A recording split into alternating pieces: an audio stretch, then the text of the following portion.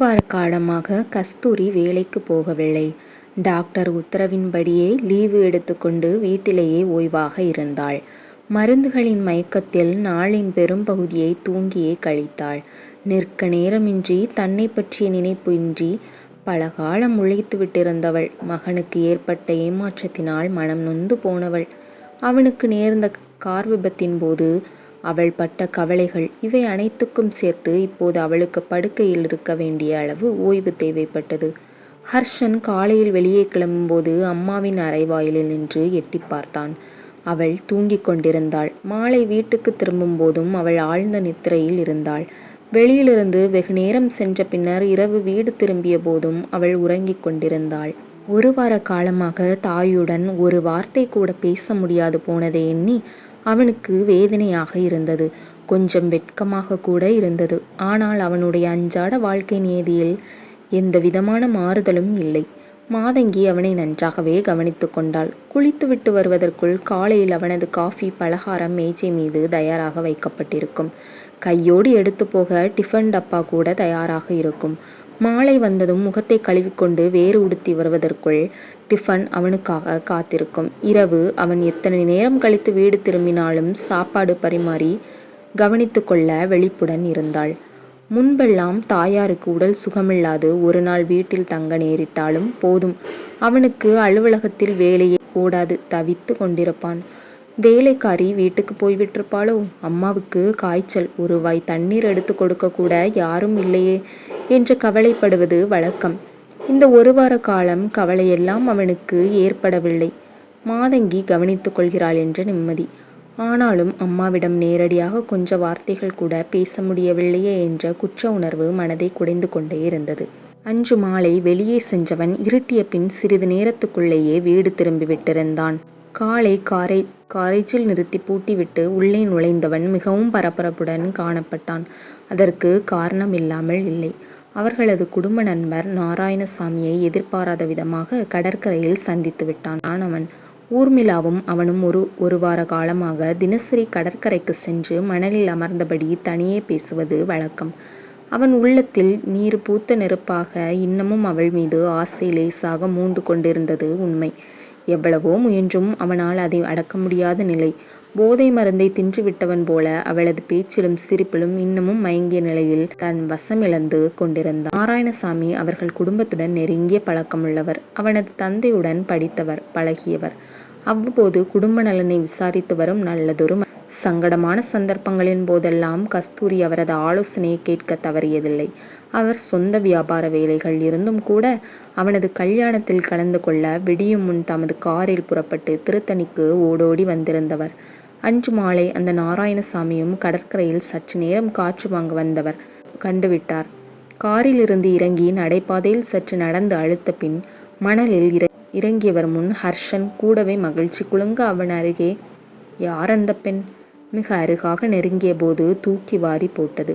சில நாட்களுக்கு முன் திருத்தணியில் கல்யாண மண்டபத்தில் அவன் அருகே உட்கார்ந்திருந்த அந்த அமைதியான பெண் அவள் இல்லை. மூக்கின் மீது நழுவிய கண்ணாடியை சரி செய்து கொண்டார். பளிச்சென்று வீசி கொண்டிருந்த மாலை வெயில் மறைய துவங்கிய நேரம். மீண்டும் நன்கு உற்று பார்த்தார். 2 வருடங்களுக்கு முன் ஹர்ஷனை வேண்டாம் என்று கல்யாண சமயம் வரும்போது தட்டி கழித்துவிட்டு வேறு ஒருத்தனை மணந்து கொண்டு மறைந்து போன ஊர்மிளா அல்லவா? அவளுடன் இங்கே என்ன சம்பந்தம்? அதுவும் தனியாக உட்கார்ந்து கொண்டு. தொண்டையை கனைத்து கொண்டார் நாராயணசாமி. திரும்பி பார்த்த ஹர்ஷன் தூக்கி வாரி போட எழுந்தான். குற்ற உணர்வில் குஞ்சி போய்விட்டான் ஒரு கணம். பிறகு அவர் அருகே வந்தவன் சமாளித்தபடி, வீட்டு பக்கம் வந்து ரொம்ப நாளாச்சுதே என்று விசாரித்தான். தலையை குனிந்து கொண்டு மணல் மீது கோலம் போட்டு கொண்டிருந்த ஊர்மிளாவை வெறுப்புடன் உற்று பார்த்தார் அவர். அதற்கு மேல் சினம் கட்டுக்கடங்காமல் போயிற்று. ஏம்பா ஹர்ஷா, இன்னொருத்தன் மனைவியோட கடற்கரையில் உலாத்துறது என்ன நாகரிகம்? உங்கப்பா உசுரோட இருந்தா இதை பார்த்தால் அப்படியே நொந்து போயிருப்பான். ரொம்ப கண்ணியமான மனுஷன். குவிப்பிள்ளையை தோண்டி இளவு கொண்டாடுற கதைவர். குவிட்டு போன விவகாரத்தை இப்போ எதுக்காக தொடரணும்? நீ என்ன சமாதானம் சொன்னாலும் என் மனசு ஏற்காது. உன்னை விட வயசிலும் அனுபவத்திலும் நான் பெரியவன். நெருப்போட விளையாடினா என்ன நேரம்னு தெரியுமா? படபடவென பொரிந்துவிட்டு அவனது பதிலுக்கு கூட காத்திருக்காமல் அப்பால் சென்று விட்டார். ஹர்ஷன் முகம் சிவந்து போயிற்று. அந்த வழுக்க மண்ட மனிதன் என்ன உளறினான்? ஏளனமும் கோபமுமாக ஊர்மிளா கேட்டாள். அவர் எங்கள் குடும்ப நண்பர் என்றான் ஹர்ஷன். தெரியுமே. இந்த கட்டுப்பெட்டியின் பேச்சுக்கு உங்க அம்மா மதிப்பு கொடுப்பாங்க. ஏன்னா அவங்களும் ஒரு 10ஆம் பசலி. ஹர்ஷன், இப்போ நான் ஒரு உண்மையை சொல்ல போறேன். நம்ம கல்யாணம் ஏன் நின்று போச்சு தெரியுமா? ஹர்ஷன் நிமிர்ந்து பார்த்தான்.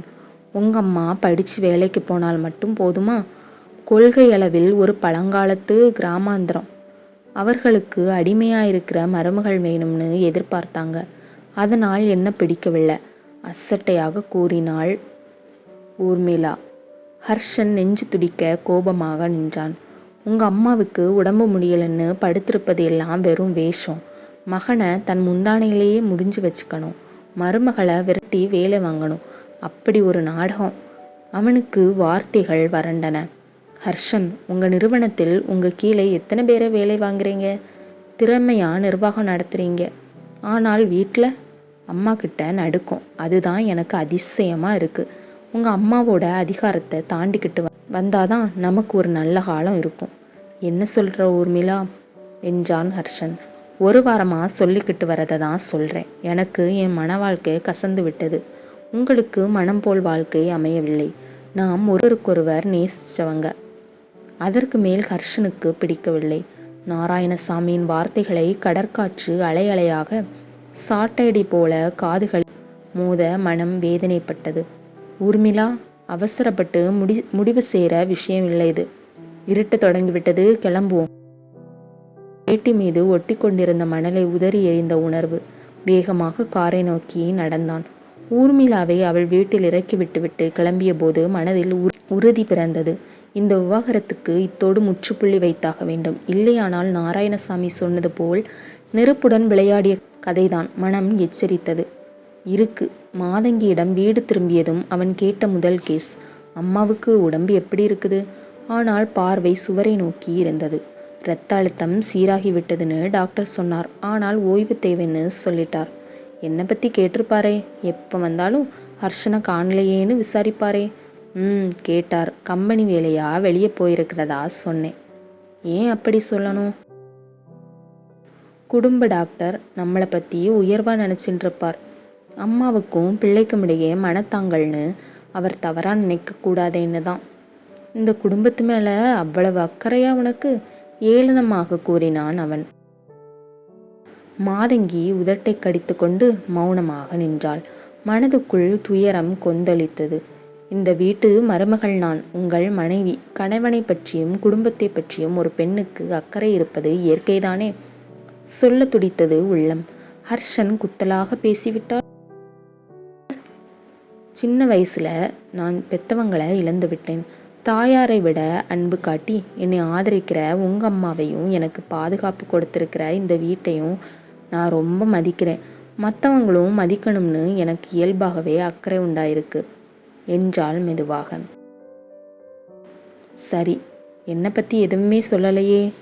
வேண்டுமென்றே கேட்டுவிட்டு விஷமமாக பார்த்தான் அவன். இந்த வீட்டுக்கு வந்த முதல் நாளே என்னை வெளியேற சொன்னீங்க. உங்கள் அம்மா எனக்காக பரிந்து பேசி இங்கே இருக்க அனுமதிச்சாங்க. பிறகு நான் தொடர்ந்து இங்கே இருக்கிறத நீங்கள் மறுக்கலை. பட்டும் படாமலும் பேசிய அவளது திறமையை அவனால் வியக்காமல் இருக்க முடியவில்லை. பார்வைக்கு வெகுளி போல தென்பட்டாலும் உள்ளே இவள் அழுத்தமான பேர் வழிதான். அளந்தல்லவா பேசுகிறாள் கெட்டிக்காரி. என்ன படிச்சிருக்க?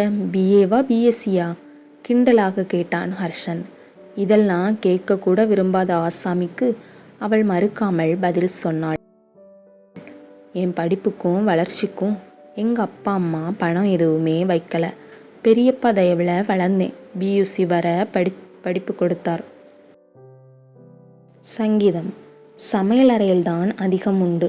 பூஜை அறையில் தெய்வங்கள் கோவிச்சு கொண்டு போகாத அளவு பாடத் தெரியும்.